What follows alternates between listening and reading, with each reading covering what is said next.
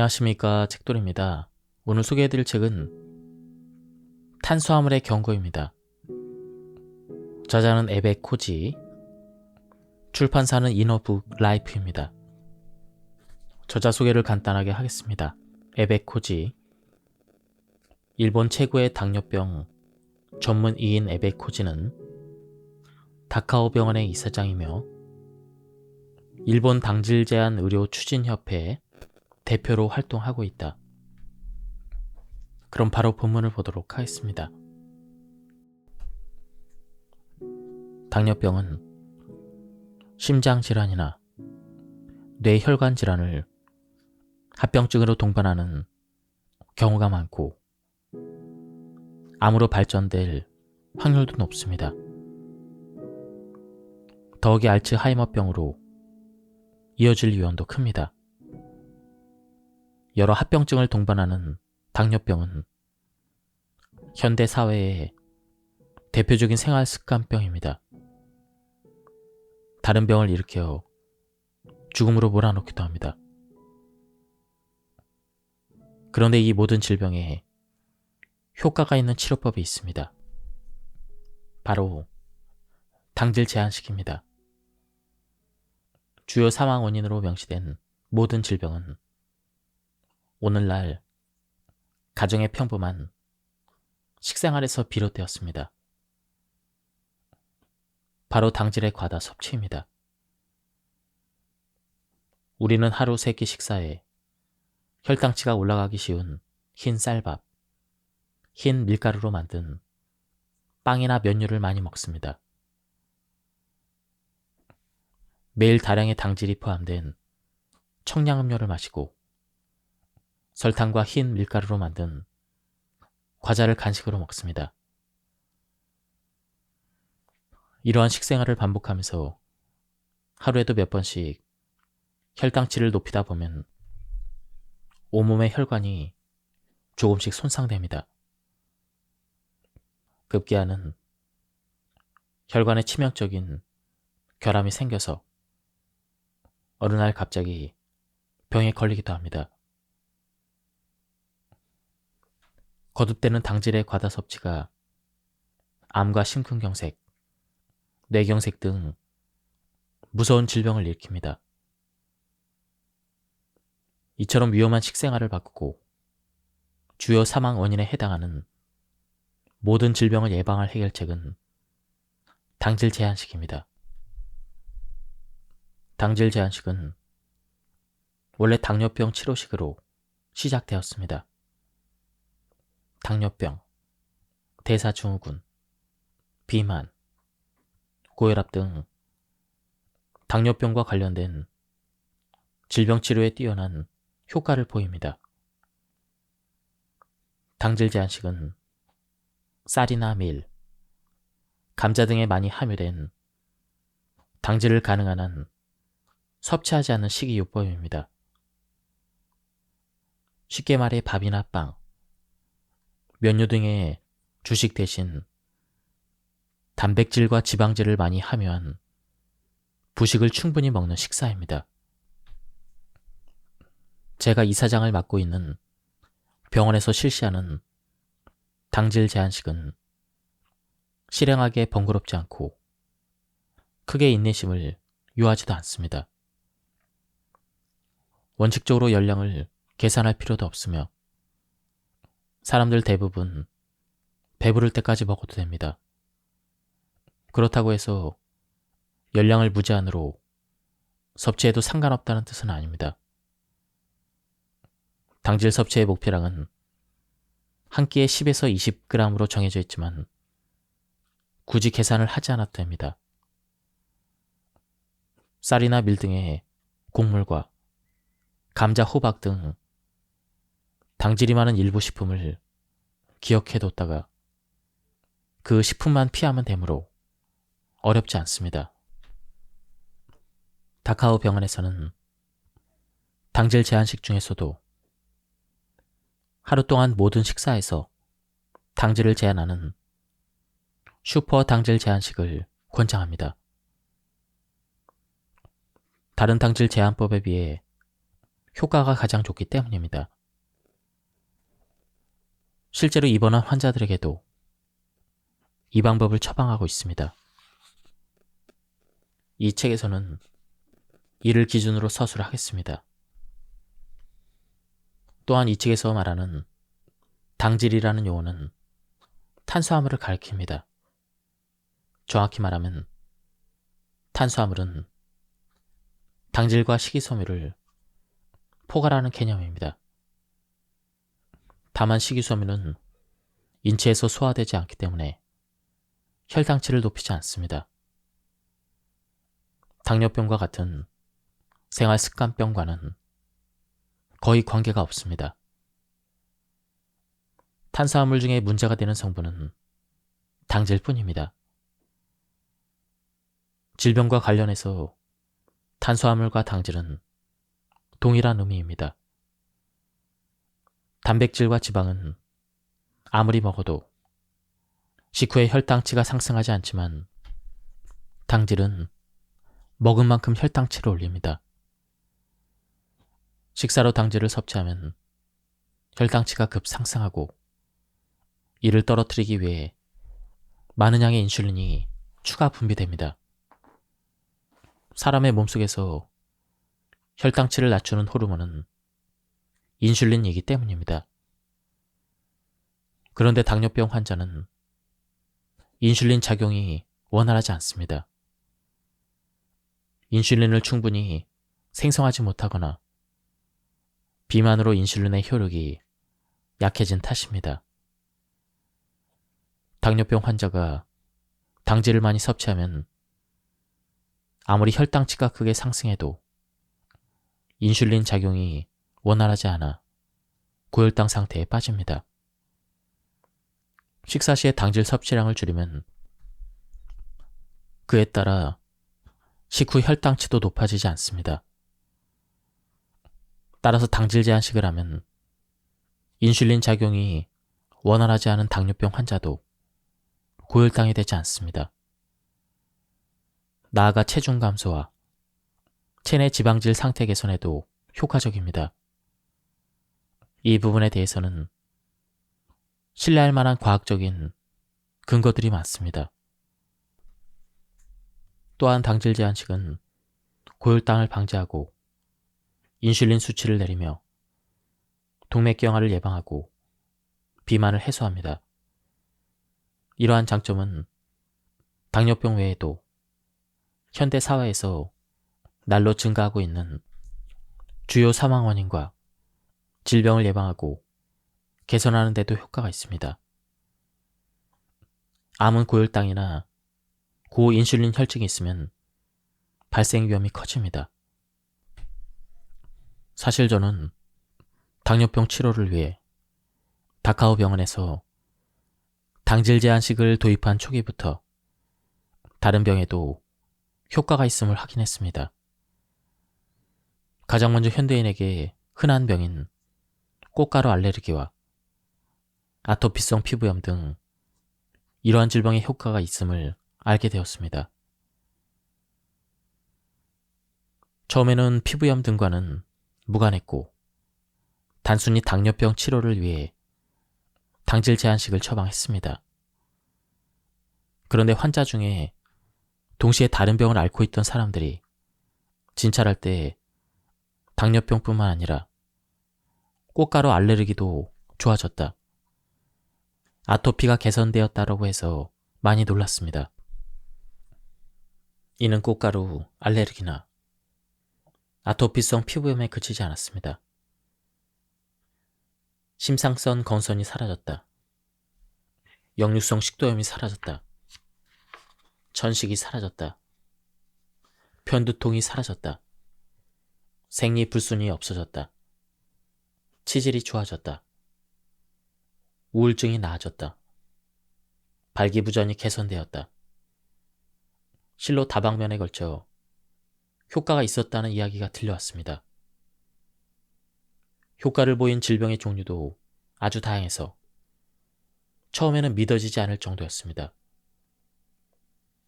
하지만 진찰을 해보니 분명 많은 증상이 개선되었음을 확인할 수가 있었습니다. 이러한 경험을 거듭하면서 저는 이런 생각을 했습니다.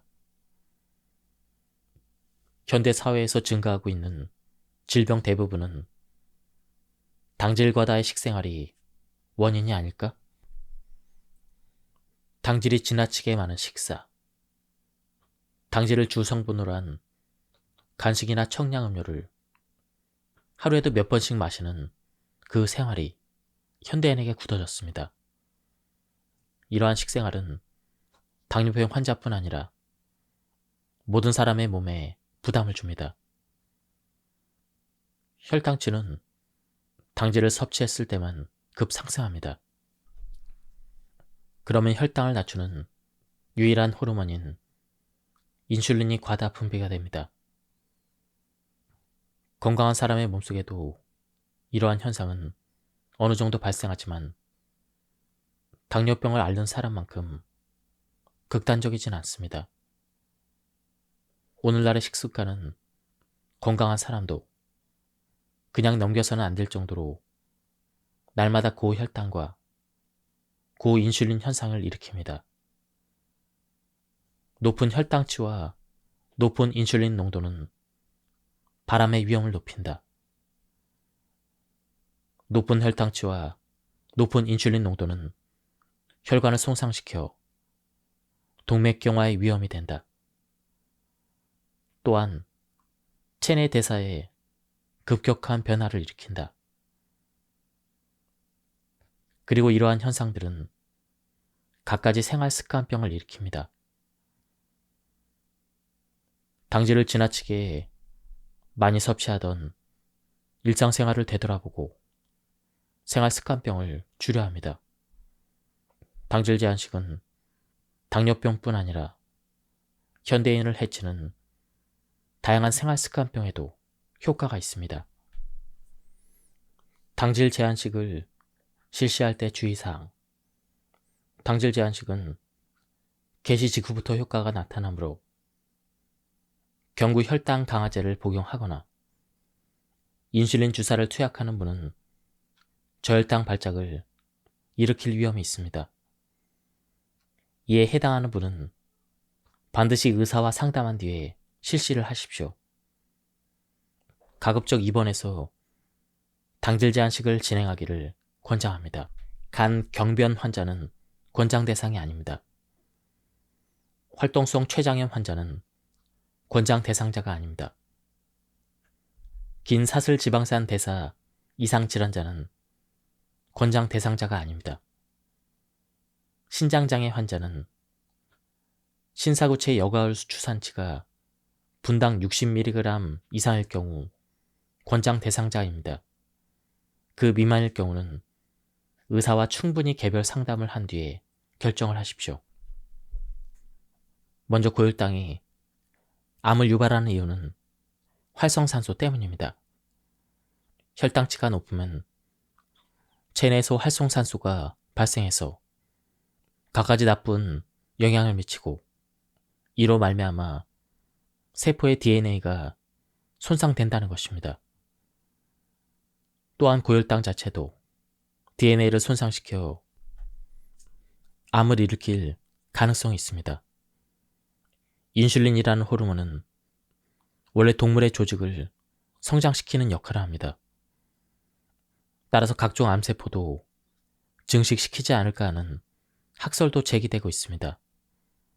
비만 역시 고인슐린과 고혈당을 초래하기 쉬우므로 발암 위험을 높이는 요인으로 추정됩니다.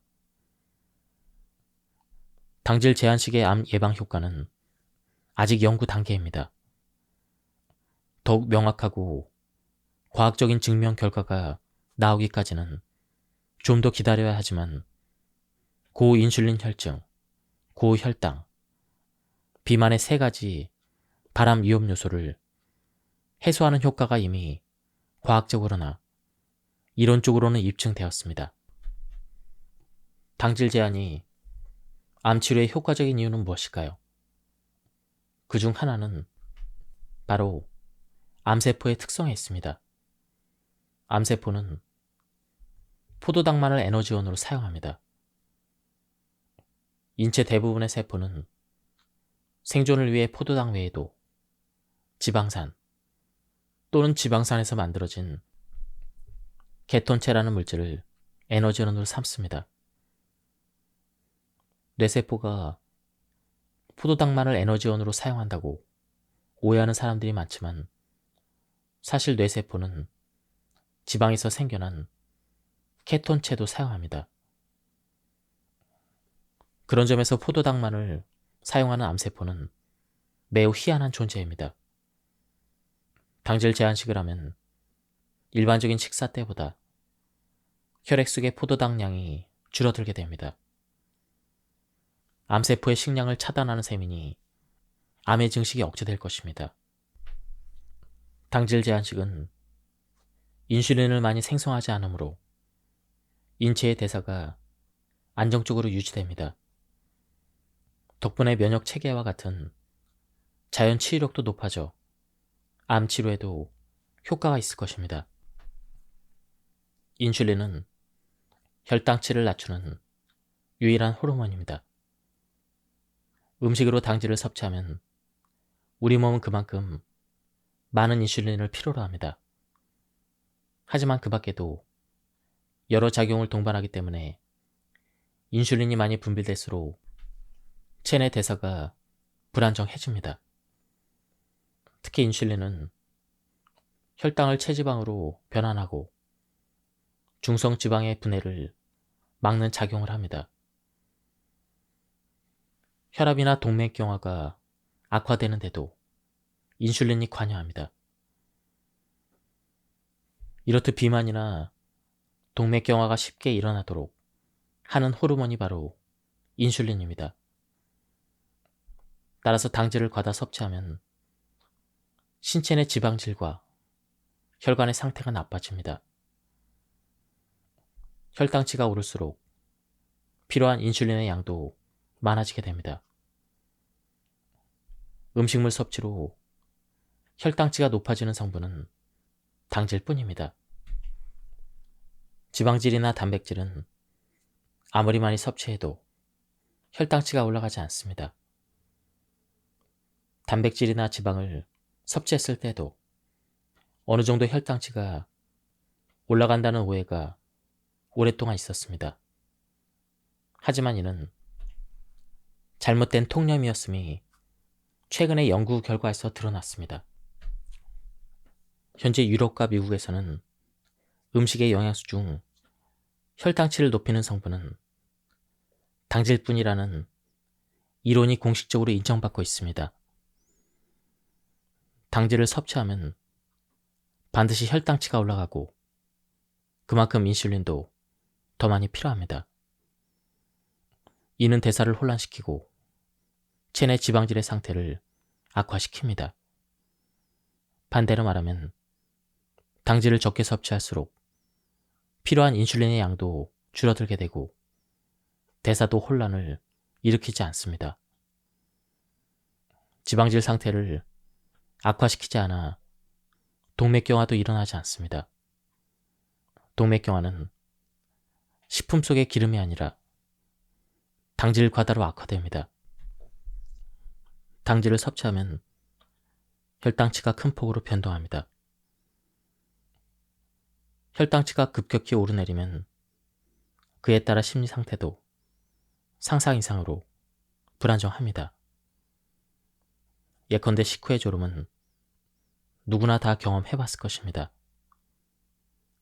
흔한 일상의 경험이니 식사를 하고 나서는 을에 졸리기 마련이라고 가볍게 생각할지도 모릅니다. 하지만 알고 보면 식곤증은 당연하게 넘길 만한 현상이 아닙니다.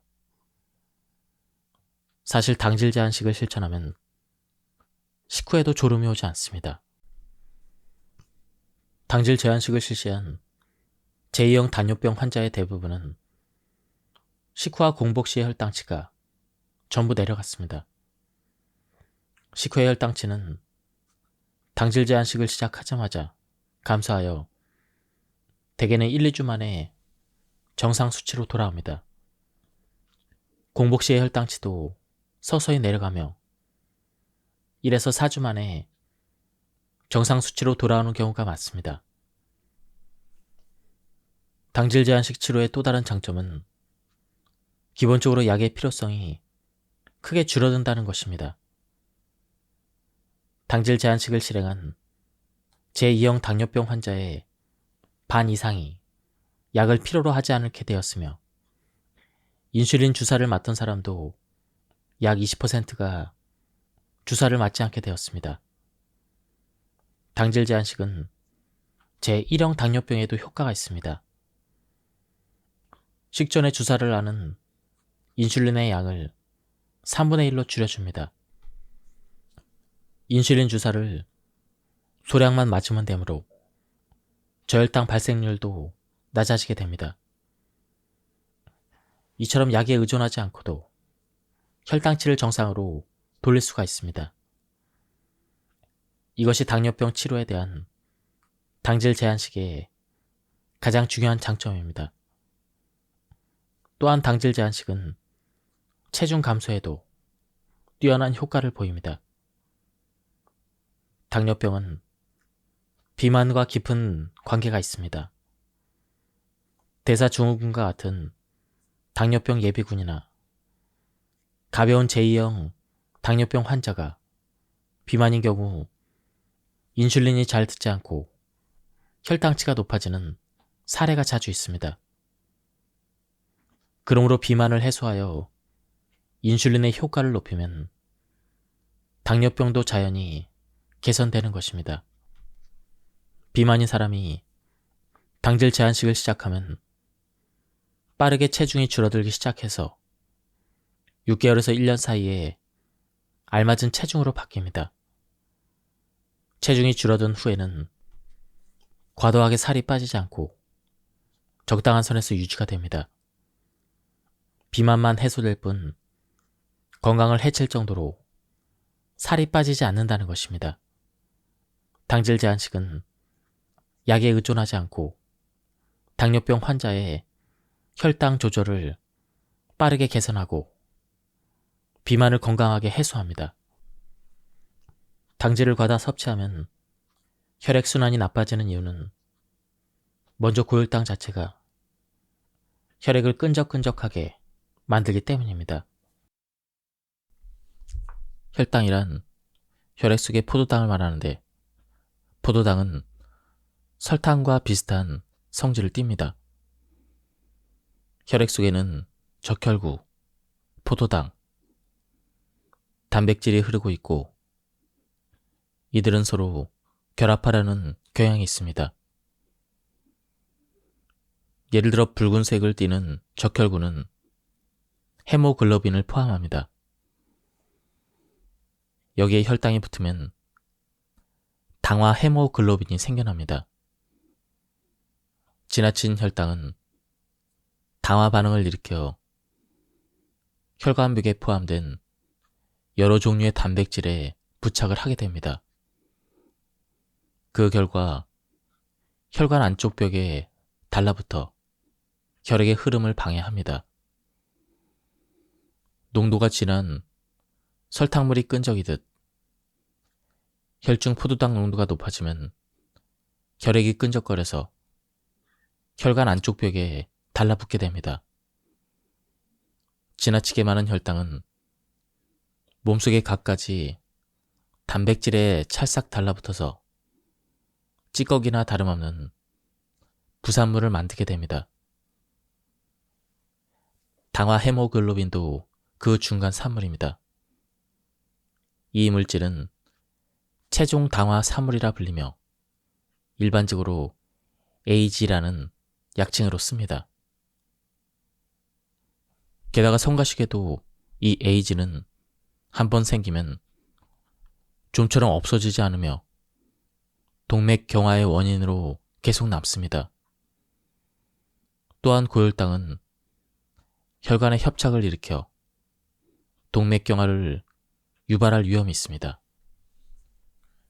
식후 2시간 동안 혈당치가 140을 초과하면 건강에 나쁘다는 과학적인 근거가 존재합니다. 건강한 사람이라도 음식으로 당질을 60g을 섭취하면 일시적으로나마 혈당치 140을 초과할 위험이 있습니다. 흰 쌀밥 한 공기 반 또는 토스트 3장만 먹어도 당질의 양이 60g을 넘습니다. 그러므로 건강한 사람이라도 현실적으로 혈당치를 140 이하로 항상 유지하기는 어렵습니다. 즉, 건강한 사람도 보통의 주식을 섭취하는 한 혈당치가 140 이상으로 상승해서 하루에 3번 혈관을 손상시킬 수도 있습니다. 포도당 스파이크까지는 아니지만 혈당치가 140 이상으로 상승하는 경우를 저는 미니 스파이크라고 부릅니다. 인슐린 작용이 정상인 사람도 보통의 식사 수준의 당질을 섭취하면 혈당치 140을 초과하는 시간이 생깁니다. 잠깐이라 할지라도 혈관을 손상시킨다면 좋은 일은 아닙니다. 평소에 많은 양의 당질을 계속해서 자주 섭취하면 혈액순환이 점점 나빠질 위험이 있습니다. 당질 제한식은 건강한 사람이 미니 스파이크를 확실하게 피할 수 있는 식사법입니다. 생활에서 당질을 과다 섭취하면 미니 스파이크가 일어납니다. 이러한 것들이 매일 혈관을 손상시키고 그것이 축적되어 점점 혈액순환이 나빠지게 됩니다.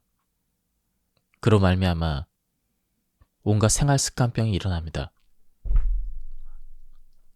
당질 제한식이 왜 알레르기에 효과를 보일까요? 확실하진 않지만 저의 가설은 이러합니다. 당질이 적은 식생활은 인간 본래의 식사에 근접하므로 체내 대사가 안정되어 자연 치유력이 높아집니다. 실제로 20세기 초반까지 당질을 제한하는 전통적인 식사를 해온 이누이트족에게는 알레르기성 질환이 거의 없었습니다. 당질이 적은 생활은 온몸의 혈액순환과 대사를 원활하게 하여 자연 치유력과 면역 조절 능력을 높입니다. 그러므로 알레르기성 질환에 효과가 있습니다.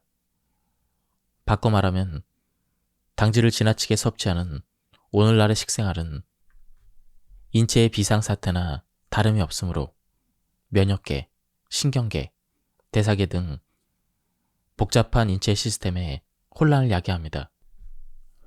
고령자 질환의 원인도 당질 과다이다. 고령으로 접어들면서 많이 나타난 증상이 빈뇨와 요실금입니다. 이 증상들도 당질 제한식으로 개선된 사례가 있습니다. 당질이 적은 식생활을 하면 혈액순환과 대사가 원활해져서 방광의 수도꼭지 역할을 담당하는 관략근 역시 튼튼해집니다. 빈뇨와 요실금 환자 중 제법 많은 사람들의 증상이 개선됩니다. 제 블로그에는 치질이 좋아졌다는 글이 많이 올라옵니다. 이 30년 동안 치질을 앓던 분이 당질 제한식을 시작하고부터 증상이 호전되어 지금은 완전히 나았다는 사례도 있습니다. 혈액순환이 회복되면서 치유력이 향상되었고 이것이 치질 개선으로 이어졌을 가능성이 큽니다. 당뇨병 치료나 비만 탈출을 위해 시작한 당질 제한식이 뜻밖에도 다른 질환에 좋은 효과를 보였다는 사람이 상당히 많습니다. 이는 당뇨병과는 직접적인 관계가 없는 현상이며 혈액순환이 원활해짐에 따라 대사가 안정되어 나타난 효과라고 봅니다. 현대에는 이미 익숙해져서 깨닫지 못하겠지만 이 정도의 당질 과다 시대는 인류 역사상 유래를 찾아보기 힘듭니다. 확실히 인체에 지나친 부담을 주고 있습니다. 혈당치와 인슐린의 양이 요동치며 갖가지 문제를 일으킵니다. 오늘날 일본에서는 정신적으로나 육체적으로 권태감을 느끼는 사람이 늘고 있습니다. 나이가 들면 쉽게 피로해지는 것이 당연하다고 체념할 일이 아닙니다. 권태감도 당질 과다에서 비롯됩니다. 당질 제한식을 시작하면 고령자들도 권태감이 사라집니다. 정신적으로나 육체적으로 지구력이 생겼다고 느끼는 사람도 많습니다. 화를 내지 않는 온화한 성격으로 변한다. 하루에도 몇 번씩 많은 양의 당질을 섭취하는 습관이 이어지면 혈당치가 크게 오르내립니다. 단적인 예는 기능성 저혈당입니다. 당질을 섭취하면 혈당치가 급격하게 상승하여 많은 양의 인슐린이 분비하게 됩니다. 이로 인해 이번에는 혈당이 급격히 떨어지며 저혈당이 일어납니다. 이때 아드레날린이 분비되면서 화를 내게 됩니다. 극단적이진 않더라도 당질을 매일 자주 섭취하면 인슐린이 과다 분비되고 혈당치가 낮아져 화를 자주 내게 됩니다. 개인차는 있겠지만 혈당이 일정 수준 아래로 내려가면 아드레날린이 분비됩니다. 아드레날린은 흥분 작용을 합니다. 흥분한 상태에서는 화를 내기 쉬우므로 당질이 많은 일상생활을 계속하는 사람은 노상 화를 내며 살지도 모릅니다. 당질 제한식은 사람의 성격을 온화하게 바꾸는 경향이 있습니다. 개인차는 있겠지만 실제로 당질 제한식을 실천하는 사람 중에는 정신적으로 안정된 사람이 많습니다. 마음은 눈에 보이지 않지만 마음이 변하면 표정이 변합니다. 표정이 변하면 얼굴이 변하고 어느 순간 눈에 띄는 변화가 나타납니다. 당질이 많이 포함된 음식에는 흰 쌀밥과 빵, 그리고 면 종류, 이런 전분을 주성분으로 한 식품과 설탕 등의 감미료가 있습니다. 이처럼 당질이 많이 함유된 식품을 가능한 한 피하고 당질 섭취를 줄이면 식후 직후에 혈당치가 크게 오르는 현상을 막을 수가 있습니다. 실제로 당질 제한식은 가능한 한 주식을 줄이고 감자나 고구마 같은 전분유와 설탕처럼 당질이 많은 식품을 되도록이면 먹지 않습니다. 대신에 지방과 단백질이 많은 반찬을 섭취합니다. 당질을 피하는 것 외에 다른 제한은 없으며 육류와 생선은 마음껏 먹어도 됩니다.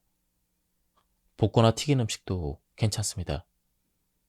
극단적인 과식만 아니라면 실컷 먹어도 좋습니다. 음주도 가능합니다. 맥주나 니온슈처럼 당질이 많은 양조주는 삼가하고 소주나 위스키, 브랜디, 보드카 같은 증류주는 마셔도 됩니다. 최근에 많이 보이는 당질 재료나 열량 재료를 내세운 발포주도 괜찮습니다. 평소 식생활에서 당질이 많은 식품은 한정되어 있으므로 주식 등의 일부 식품만 피해도 당질 제한식을 실천할 수가 있습니다. 열량 계산이 필요 없는 간단한 식이요법입니다. 대부분의 음식을 섭취할 수 있어서 기존의 열량 제한식에 좌절했던 사람도 지속적으로 실천하기 용이합니다. 당질 제한식의 대원칙은 당질이 많은 음식을 삼가하는 것입니다. 그러므로 당질 제한식을 실행하기 전에 당질이 많은 식품을 미리 알아두는 것이 중요합니다. 당질이 많은 식품에는 우선 전분을 주성분으로 하는 곡류가 있습니다. 쌀과 보리, 옥수수 등 주식으로 먹는 식품입니다. 그 밖에 감자, 고구마, 토란 등도 전분을 많이 함유합니다. 호박, 자고, 백합 뿌리, 연근 같은 일부 채소도 전분이 많습니다. 단맛이 있는 식품에도 주의를 기울여야 합니다. 보존식인 통조림과 레토르트 식품 또는 진공팩에 담긴 그러한 식품들은 보존을 위해서 많은 양의 설탕을 사용합니다. 소스나 케첩 같은 단맛이 나는 조미료에도 당질이 많습니다. 조미료 사용을 완전히 피하기는 어려우니 양을 최소화해야 합니다. 당질 제한식은 식사에서 이런 식품들을 배제하는 식사법입니다. 먼저 슈퍼 당질 제한식입니다. 이것은 세끼 식사 모두를 주식을 섭취하지 않음으로써 당질을 제한합니다. 당질을 섭취하지 않는 이상 혈당치가 오르지 않아 하루에 3번의 모든 식사에서 식후 고혈당을 방지할 수가 있습니다. 치료 효과가 굉장히 좋아서 이 식사법을 시작한 날부터 혈당 조절이 가능합니다.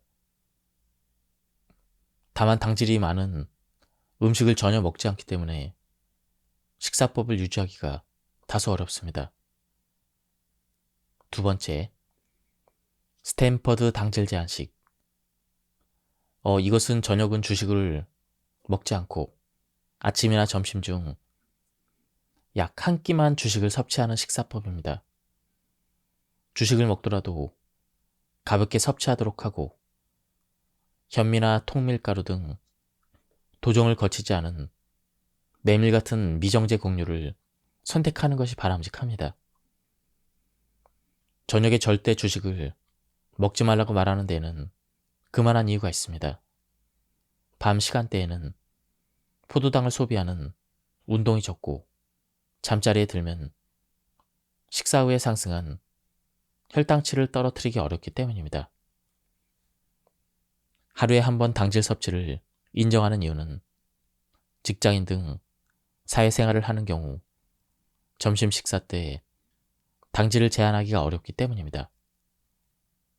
스탠퍼드 당질 제한식의 실행 중에는 당질을 먹더라도 식후 고혈당은 가급적 피해야 합니다.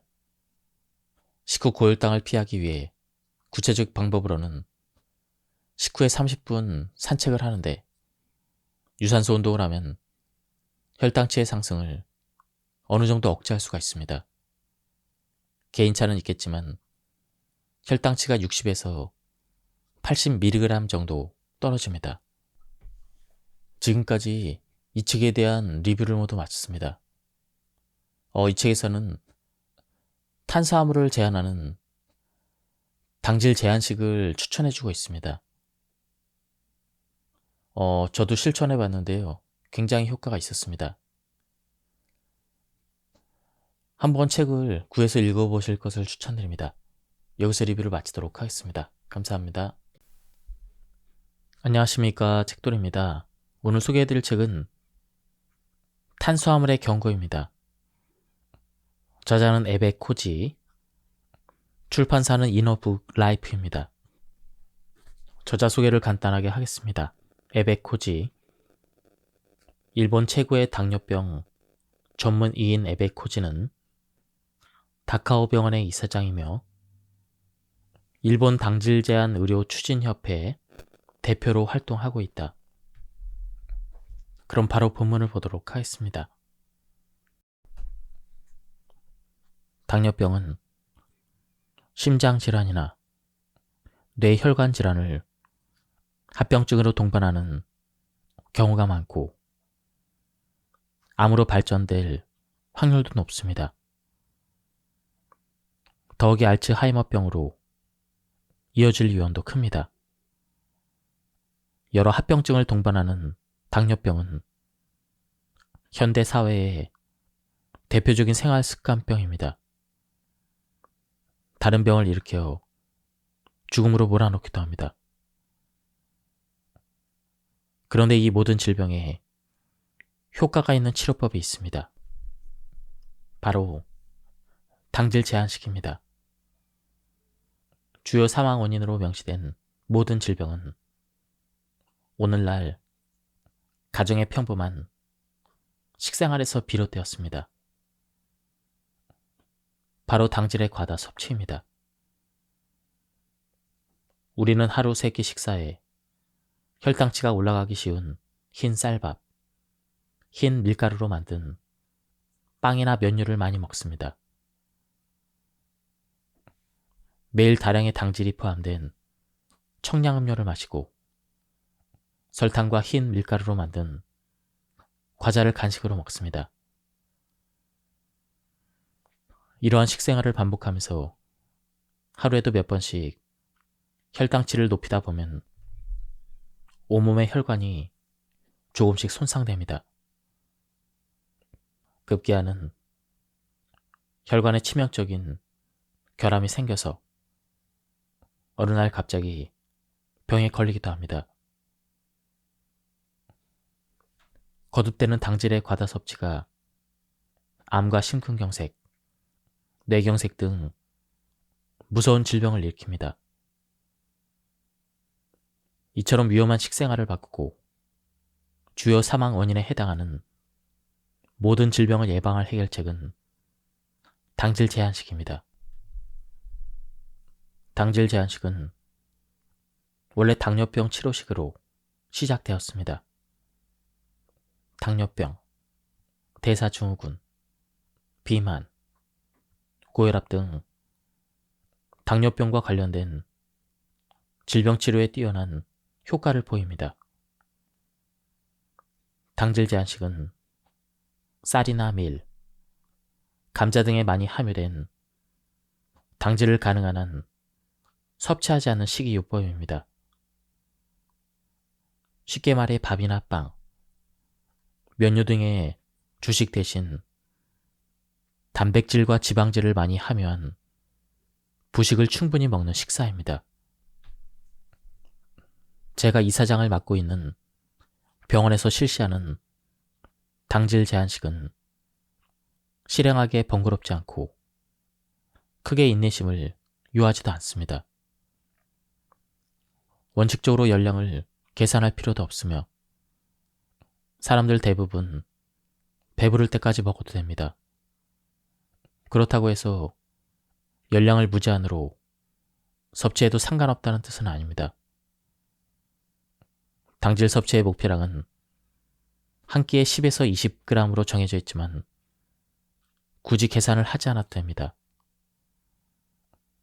쌀이나 밀 등의 곡물과 감자, 호박 등 당질이 많은 일부 식품을 기억해뒀다가 그 식품만 피하면 되므로 어렵지 않습니다. 다카오 병원에서는 당질 제한식 중에서도 하루 동안 모든 식사에서 당질을 제한하는 슈퍼 당질 제한식을 권장합니다. 다른 당질 제한법에 비해 효과가 가장 좋기 때문입니다. 실제로 입원한 환자들에게도 이 방법을 처방하고 있습니다. 이 책에서는 이를 기준으로 서술을 하겠습니다.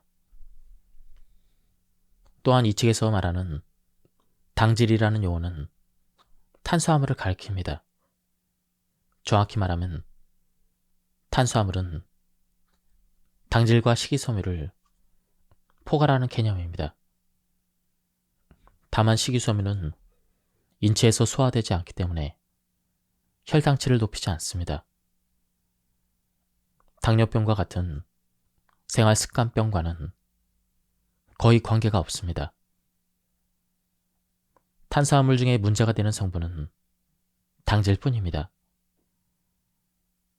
질병과 관련해서 탄수화물과 당질은 동일한 의미입니다. 단백질과 지방은 아무리 먹어도 식후에 혈당치가 상승하지 않지만 당질은 먹은 만큼 혈당치를 올립니다. 식사로 당질을 섭취하면 혈당치가 급상승하고 이를 떨어뜨리기 위해 많은 양의 인슐린이 추가 분비됩니다. 사람의 몸속에서 혈당치를 낮추는 호르몬은 인슐린이기 때문입니다. 그런데 당뇨병 환자는 인슐린 작용이 원활하지 않습니다.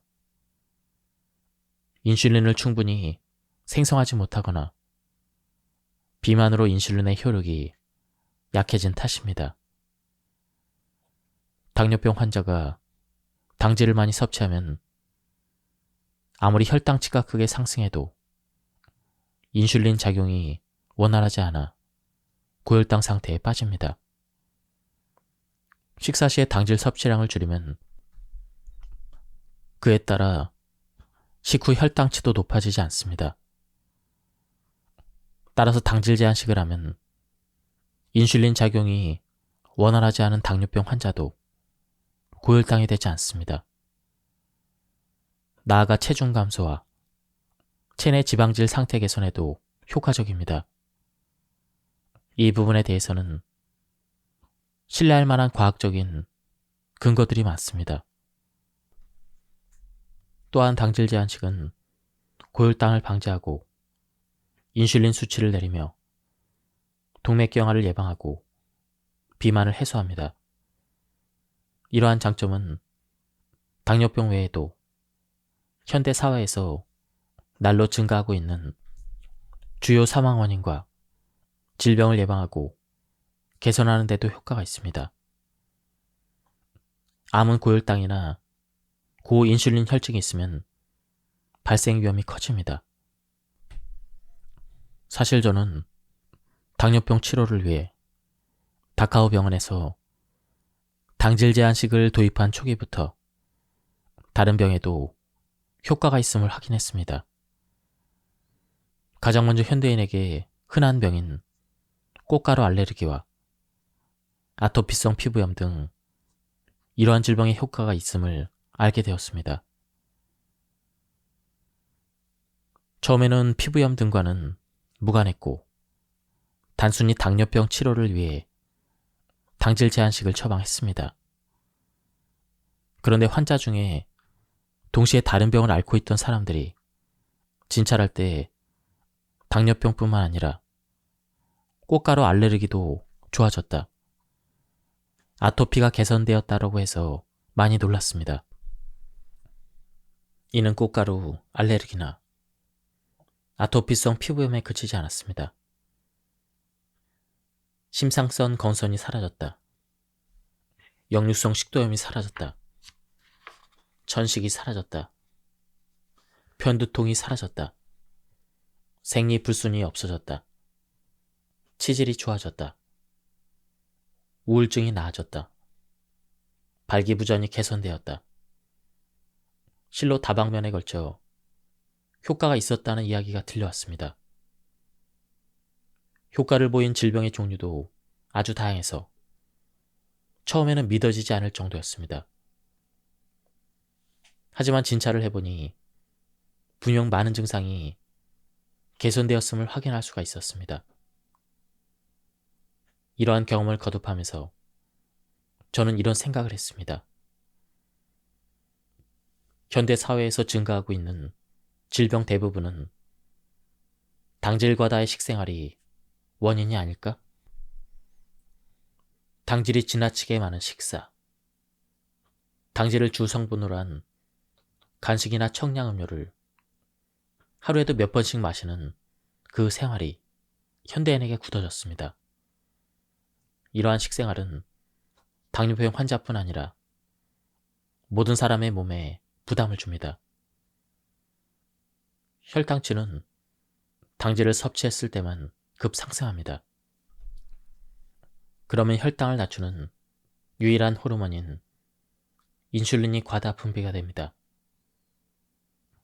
건강한 사람의 몸속에도 이러한 현상은 어느 정도 발생하지만 당뇨병을 앓는 사람만큼 극단적이진 않습니다. 오늘날의 식습관은 건강한 사람도 그냥 넘겨서는 안 될 정도로 날마다 고혈당과 고인슐린 현상을 일으킵니다. 높은 혈당치와 높은 인슐린 농도는 바람의 위험을 높인다,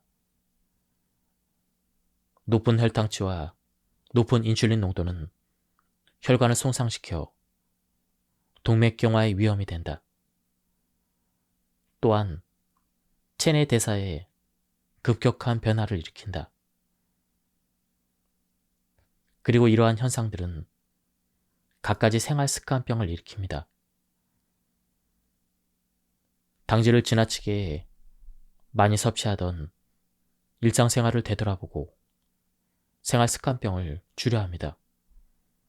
당질 제한식은 당뇨병뿐 아니라 현대인을 해치는 다양한 생활습관병에도 효과가 있습니다. 당질 제한식을 실시할 때 주의사항. 당질 제한식은 개시 직후부터 효과가 나타나므로 경구 혈당 강화제를 복용하거나 인슐린 주사를 투약하는 분은 저혈당 발작을 일으킬 위험이 있습니다. 이에 해당하는 분은 반드시 의사와 상담한 뒤에 실시를 하십시오. 가급적 입원해서 당질 제한식을 진행하기를 권장합니다. 간 경변 환자는 권장 대상이 아닙니다. 활동성 췌장염 환자는 권장 대상자가 아닙니다. 긴 사슬 지방산 대사 이상 질환자는 권장 대상자가 아닙니다. 신장장애 환자는 신사구체 여가을 주산치가 분당 60mg 이상일 경우 권장 대상자입니다. 그 미만일 경우는 의사와 충분히 개별 상담을 한 뒤에 결정을 하십시오. 먼저 고혈당이 암을 유발하는 이유는 활성산소 때문입니다. 혈당치가 높으면 체내에서 활성산소가 발생해서 갖가지 나쁜 영향을 미치고 이로 말미암아 세포의 DNA가 손상된다는 것입니다. 또한 고혈당 자체도 DNA를 손상시켜 암을 일으킬 가능성이 있습니다. 인슐린이라는 호르몬은 원래 동물의 조직을 성장시키는 역할을 합니다. 따라서 각종 암세포도 증식시키지 않을까 하는 학설도 제기되고 있습니다. 비만 역시 고인슐린과 고혈당을 초래하기 쉬우므로 발암 위험을 높이는 요인으로 추정됩니다. 당질 제한식의 암 예방 효과는 아직 연구 단계입니다. 더욱 명확하고 과학적인 증명 결과가 나오기까지는 좀 더 기다려야 하지만 고인슐린 혈증, 고혈당, 비만의 세 가지 발암 위험 요소를 해소하는 효과가 이미 과학적으로나 이론적으로는 입증되었습니다. 당질 제한이 암 치료에 효과적인 이유는 무엇일까요? 그 중 하나는 바로 암세포의 특성에 있습니다. 암세포는 포도당만을 에너지원으로 사용합니다. 인체 대부분의 세포는 생존을 위해 포도당 외에도 지방산 또는 지방산에서 만들어진 케톤체라는 물질을 에너지원으로 삼습니다. 뇌세포가 포도당만을 에너지원으로 사용한다고 오해하는 사람들이 많지만 사실 뇌세포는 지방에서 생겨난 케톤체도 사용합니다. 그런 점에서 포도당만을 사용하는 암세포는 매우 희한한 존재입니다. 당질 제한식을 하면 일반적인 식사 때보다 혈액 속의 포도당량이 줄어들게 됩니다. 암세포의 식량을 차단하는 셈이니 암의 증식이 억제될 것입니다. 당질 제한식은 인슐린을 많이 생성하지 않으므로 인체의 대사가 안정적으로 유지됩니다. 덕분에 면역 체계와 같은 자연 치유력도 높아져 암 치료에도 효과가 있을 것입니다. 인슐린은 혈당치를 낮추는 유일한 호르몬입니다. 음식으로 당질을 섭취하면 우리 몸은 그만큼 많은 인슐린을 필요로 합니다. 하지만 그 밖에도 여러 작용을 동반하기 때문에 인슐린이 많이 분비될수록 체내 대사가 불안정해집니다. 특히 인슐린은 혈당을 체지방으로 변환하고 중성 지방의 분해를 막는 작용을 합니다. 혈압이나 동맥경화가 악화되는데도 인슐린이 관여합니다. 이렇듯 비만이나 동맥경화가 쉽게 일어나도록 하는 호르몬이 바로 인슐린입니다. 따라서 당질을 과다 섭취하면 신체 내 지방질과 혈관의 상태가 나빠집니다. 혈당치가 오를수록 필요한 인슐린의 양도 많아지게 됩니다. 음식물 섭취로 혈당치가 높아지는 성분은 당질뿐입니다. 지방질이나 단백질은 아무리 많이 섭취해도 혈당치가 올라가지 않습니다. 단백질이나 지방을 섭취했을 때도 어느 정도 혈당치가 올라간다는 오해가 오랫동안 있었습니다. 하지만 이는 잘못된 통념이었음이 최근의 연구 결과에서 드러났습니다. 현재 유럽과 미국에서는 음식의 영양소 중 혈당치를 높이는 성분은 당질뿐이라는 이론이 공식적으로 인정받고 있습니다. 당질을 섭취하면 반드시 혈당치가 올라가고 그만큼 인슐린도 더 많이 필요합니다. 이는 대사를 혼란시키고 체내 지방질의 상태를 악화시킵니다. 반대로 말하면 당질을 적게 섭취할수록 필요한 인슐린의 양도 줄어들게 되고 대사도 혼란을 일으키지 않습니다. 지방질 상태를 악화시키지 않아 동맥경화도 일어나지 않습니다. 동맥경화는 식품 속의 기름이 아니라 당질 과다로 악화됩니다. 당질을 섭취하면 혈당치가 큰 폭으로 변동합니다. 혈당치가 급격히 오르내리면 그에 따라 심리 상태도 상상 이상으로 불안정합니다. 예컨대 식후의 졸음은 누구나 다 경험해봤을 것입니다. 흔한 일상의 경험이니 식사를 하고 나서는 을에 졸리기 마련이라고 가볍게 생각할지도 모릅니다. 하지만 알고 보면 식곤증은 당연하게 넘길 만한 현상이 아닙니다. 사실 당질 제한식을 실천하면 식후에도 졸음이 오지 않습니다.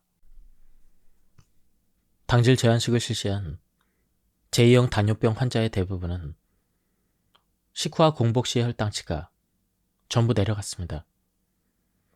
식후의 혈당치는 당질 제한식을 시작하자마자 감소하여 대개는 1, 2주 만에 정상 수치로 돌아옵니다.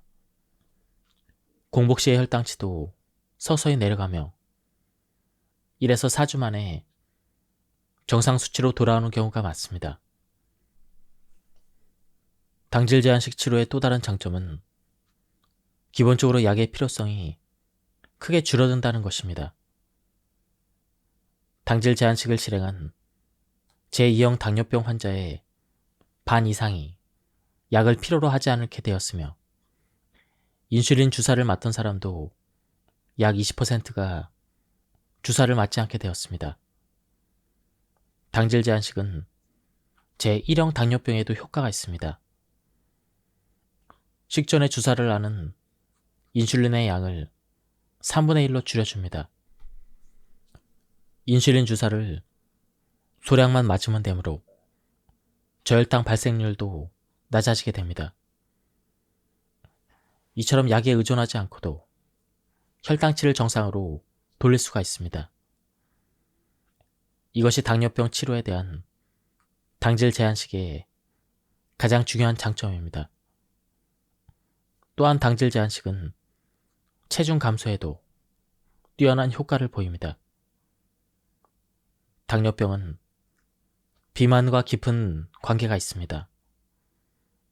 대사증후군과 같은 당뇨병 예비군이나 가벼운 제2형 당뇨병 환자가 비만인 경우 인슐린이 잘 듣지 않고 혈당치가 높아지는 사례가 자주 있습니다.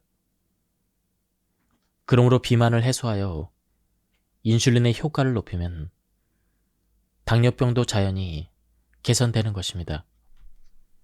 비만인 사람이 당질 제한식을 시작하면 빠르게 체중이 줄어들기 시작해서 6개월에서 1년 사이에 알맞은 체중으로 바뀝니다. 체중이 줄어든 후에는 과도하게 살이 빠지지 않고 적당한 선에서 유지가 됩니다. 비만만 해소될 뿐 건강을 해칠 정도로 살이 빠지지 않는다는 것입니다. 당질 제한식은 약에 의존하지 않고 당뇨병 환자의 혈당 조절을 빠르게 개선하고 비만을 건강하게 해소합니다. 당질을 과다 섭취하면 혈액순환이 나빠지는 이유는 먼저 고혈당 자체가 혈액을 끈적끈적하게 만들기 때문입니다. 혈당이란 혈액 속의 포도당을 말하는데 포도당은 설탕과 비슷한 성질을 띱니다. 혈액 속에는 적혈구, 포도당, 단백질이 흐르고 있고 이들은 서로 결합하려는 경향이 있습니다. 예를 들어 붉은색을 띠는 적혈구는 헤모글로빈을 포함합니다. 여기에 혈당이 붙으면 당화 헤모글로빈이 생겨납니다. 지나친 혈당은 당화 반응을 일으켜 혈관벽에 포함된 여러 종류의 단백질에 부착을 하게 됩니다. 그 결과 혈관 안쪽 벽에 달라붙어 혈액의 흐름을 방해합니다. 농도가 진한 설탕물이 끈적이듯 혈중 포도당 농도가 높아지면 혈액이 끈적거려서 혈관 안쪽 벽에 달라붙게 됩니다. 지나치게 많은 혈당은 몸속의 갖가지 단백질에 찰싹 달라붙어서 찌꺼기나 다름없는 부산물을 만들게 됩니다. 당화 헤모글로빈도 그 중간 산물입니다. 이 물질은 체중 당화 사물이라 불리며 일반적으로 AG라는 약칭으로 씁니다. 게다가 성가시게도 이 AG는 한번 생기면 좀처럼 없어지지 않으며 동맥경화의 원인으로 계속 남습니다. 또한 고혈당은 혈관의 협착을 일으켜 동맥경화를 유발할 위험이 있습니다. 식후 2시간 동안 혈당치가 140을 초과하면 건강에 나쁘다는 과학적인 근거가 존재합니다. 건강한 사람이라도 음식으로 당질을 60g을 섭취하면 일시적으로나마 혈당치 140을 초과할 위험이 있습니다. 흰 쌀밥 한 공기 반 또는 토스트 3장만 먹어도 당질의 양이 60g을 넘습니다. 그러므로 건강한 사람이라도 현실적으로 혈당치를 140 이하로 항상 유지하기는 어렵습니다. 즉, 건강한 사람도 보통의 주식을 섭취하는 한 혈당치가 140 이상으로 상승해서 하루에 3번 혈관을 손상시킬 수도 있습니다.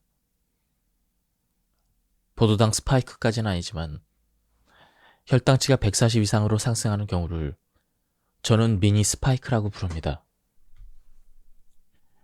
인슐린 작용이 정상인 사람도 보통의 식사 수준의 당질을 섭취하면 혈당치 140을 초과하는 시간이 생깁니다. 잠깐이라 할지라도 혈관을 손상시킨다면 좋은 일은 아닙니다. 평소에 많은 양의 당질을 계속해서 자주 섭취하면 혈액순환이 점점 나빠질 위험이 있습니다. 당질 제한식은 건강한 사람이 미니 스파이크를 확실하게 피할 수 있는 식사법입니다. 생활에서 당질을 과다 섭취하면 미니 스파이크가 일어납니다. 이러한 것들이 매일 혈관을 손상시키고 그것이 축적되어 점점 혈액순환이 나빠지게 됩니다. 그로 말미암아 온갖 생활습관병이 일어납니다. 당질 제한식이 왜 알레르기에 효과를 보일까요? 확실하진 않지만 저의 가설은 이러합니다. 당질이 적은 식생활은 인간 본래의 식사에 근접하므로 체내 대사가 안정되어 자연 치유력이 높아집니다. 실제로 20세기 초반까지 당질을 제한하는 전통적인 식사를 해온 이누이트족에게는 알레르기성 질환이 거의 없었습니다. 당질이 적은 생활은 온몸의 혈액순환과 대사를 원활하게 하여 자연 치유력과 면역 조절 능력을 높입니다. 그러므로 알레르기성 질환에 효과가 있습니다. 바꿔 말하면 당질을 지나치게 섭취하는 오늘날의 식생활은 인체의 비상사태나 다름이 없으므로 면역계, 신경계, 대사계 등 복잡한 인체 시스템에 혼란을 야기합니다. 고령자 질환의 원인도 당질 과다이다. 고령으로 접어들면서 많이 나타난 증상이 빈뇨와 요실금입니다. 이 증상들도 당질 제한식으로 개선된 사례가 있습니다. 당질이 적은 식생활을 하면 혈액순환과 대사가 원활해져서 방광의 수도꼭지 역할을 담당하는 관략근 역시 튼튼해집니다. 빈뇨와 요실금 환자 중 제법 많은 사람들의 증상이 개선됩니다. 제 블로그에는 치질이 좋아졌다는 글이 많이 올라옵니다. 30년 동안 치질을 앓던 분이 당질 제한식을 시작하고부터 증상이 호전되어 지금은 완전히 나았다는 사례도 있습니다. 혈액순환이 회복되면서 치유력이 향상되었고 이것이 치질 개선으로 이어졌을 가능성이 큽니다. 당뇨병 치료나 비만 탈출을 위해 시작한 당질 제한식이 뜻밖에도 다른 질환에 좋은 효과를 보였다는 사람이 상당히 많습니다. 이는 당뇨병과는 직접적인 관계가 없는 현상이며 혈액순환이 원활해짐에 따라 대사가 안정되어 나타난 효과라고 봅니다. 현대인은 이미 익숙해져서 깨닫지 못하겠지만 이 정도의 당질 과다 시대는 인류 역사상 유래를 찾아보기 힘듭니다. 확실히 인체에 지나친 부담을 주고 있습니다. 혈당치와 인슐린의 양이 요동치며 갖가지 문제를 일으킵니다. 오늘날 일본에서는 정신적으로나 육체적으로 권태감을 느끼는 사람이 늘고 있습니다. 나이가 들면 쉽게 피로해지는 것이 당연하다고 체념할 일이 아닙니다. 권태감도 당질 과다에서 비롯됩니다. 당질 제한식을 시작하면 고령자들도 권태감이 사라집니다. 정신적으로나 육체적으로 지구력이 생겼다고 느끼는 사람도 많습니다. 화를 내지 않는 온화한 성격으로 변한다. 하루에도 몇 번씩 많은 양의 당질을 섭취하는 습관이 이어지면 혈당치가 크게 오르내립니다. 단적인 예는 기능성 저혈당입니다. 당질을 섭취하면 혈당치가 급격하게 상승하여 많은 양의 인슐린이 분비하게 됩니다. 이로 인해 이번에는 혈당이 급격히 떨어지며 저혈당이 일어납니다. 이때 아드레날린이 분비되면서 화를 내게 됩니다. 극단적이진 않더라도 당질을 매일 자주 섭취하면 인슐린이 과다 분비되고 혈당치가 낮아져 화를 자주 내게 됩니다. 개인차는 있겠지만 혈당이 일정 수준 아래로 내려가면 아드레날린이 분비됩니다. 아드레날린은 흥분 작용을 합니다. 흥분한 상태에서는 화를 내기 쉬우므로 당질이 많은 일상생활을 계속하는 사람은 노상 화를 내며 살지도 모릅니다. 당질 제한식은 사람의 성격을 온화하게 바꾸는 경향이 있습니다. 개인차는 있겠지만 실제로 당질 제한식을 실천하는 사람 중에는 정신적으로 안정된 사람이 많습니다. 마음은 눈에 보이지 않지만 마음이 변하면 표정이 변합니다. 표정이 변하면 얼굴이 변하고 어느 순간 눈에 띄는 변화가 나타납니다. 당질이 많이 포함된 음식에는 흰 쌀밥과 빵, 그리고 면 종류, 이런 전분을 주성분으로 한 식품과 설탕 등의 감미료가 있습니다. 이처럼 당질이 많이 함유된 식품을 가능한 한 피하고 당질 섭취를 줄이면 식후 직후에 혈당치가 크게 오르는 현상을 막을 수가 있습니다. 실제로 당질 제한식은 가능한 한 주식을 줄이고 감자나 고구마 같은 전분유와 설탕처럼 당질이 많은 식품을 되도록이면 먹지 않습니다. 대신에 지방과 단백질이 많은 반찬을 섭취합니다. 당질을 피하는 것 외에 다른 제한은 없으며 육류와 생선은 마음껏 먹어도 됩니다. 볶거나 튀긴 음식도 괜찮습니다. 극단적인 과식만 아니라면 실컷 먹어도 좋습니다. 음주도 가능합니다. 맥주나 니온슈처럼 당질이 많은 양조주는 삼가하고 소주나 위스키, 브랜디, 보드카 같은 증류주는 마셔도 됩니다. 최근에 많이 보이는 당질 제로나 열량 제로를 내세운 발포주도 괜찮습니다. 평소 식생활에서 당질이 많은 식품은 한정되어 있으므로 주식 등의 일부 식품만 피해도 당질 제한식을 실천할 수가 있습니다. 열량 계산이 필요 없는 간단한 식이요법입니다. 대부분의 음식을 섭취할 수 있어서 기존의 열량 제한식에 좌절했던 사람도 지속적으로 실천하기 용이합니다. 당질 제한식의 대원칙은 당질이 많은 음식을 삼가하는 것입니다. 그러므로 당질 제한식을 실행하기 전에 당질이 많은 식품을 미리 알아두는 것이 중요합니다. 당질이 많은 식품에는 우선 전분을 주성분으로 하는 곡류가 있습니다. 쌀과 보리, 옥수수 등 주식으로 먹는 식품입니다. 그 밖에 감자, 고구마, 토란 등도 전분을 많이 함유합니다.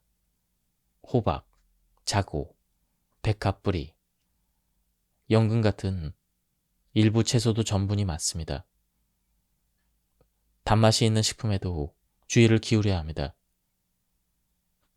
보존식인 통조림과 레토르트 식품 또는 진공팩에 담긴 그러한 식품들은 보존을 위해서 많은 양의 설탕을 사용합니다. 소스나 케첩 같은 단맛이 나는 조미료에도 당질이 많습니다. 조미료 사용을 완전히 피하기는 어려우니 양을 최소화해야 합니다. 당질 제한식은 식사에서 이런 식품들을 배제하는 식사법입니다. 먼저 슈퍼 당질 제한식입니다. 이것은 세끼 식사 모두를 주식을 섭취하지 않음으로써 당질을 제한합니다. 당질을 섭취하지 않는 이상 혈당치가 오르지 않아 하루에 3번의 모든 식사에서 식후 고혈당을 방지할 수가 있습니다. 치료 효과가 굉장히 좋아서 이 식사법을 시작한 날부터 혈당 조절이 가능합니다.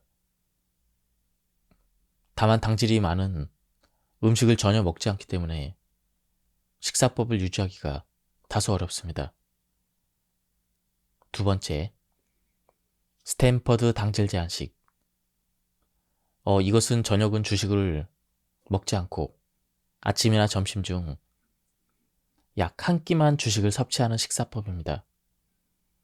주식을 먹더라도 가볍게 섭취하도록 하고 현미나 통밀가루 등 도정을 거치지 않은 메밀 같은 미정제 곡류를 선택하는 것이 바람직합니다.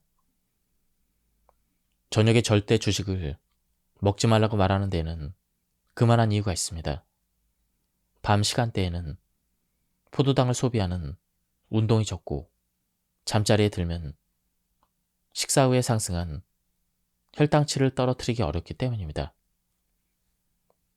하루에 한 번 당질 섭취를 인정하는 이유는 직장인 등 사회생활을 하는 경우 점심 식사 때 당질을 제한하기가 어렵기 때문입니다. 스탠퍼드 당질 제한식의 실행 중에는 당질을 먹더라도 식후 고혈당은 가급적 피해야 합니다. 식후 고혈당을 피하기 위해 구체적 방법으로는 식후에 30분 산책을 하는데 유산소 운동을 하면 혈당치의 상승을 어느 정도 억제할 수가 있습니다. 개인차는 있겠지만 혈당치가 60에서 80mg 정도 떨어집니다. 지금까지 이 책에 대한 리뷰를 모두 마쳤습니다. 이 책에서는 탄수화물을 제한하는 당질 제한식을 추천해주고 있습니다. 저도 실천해봤는데요. 굉장히 효과가 있었습니다. 한번 책을 구해서 읽어보실 것을 추천드립니다. 여기서 리뷰를 마치도록 하겠습니다. 감사합니다.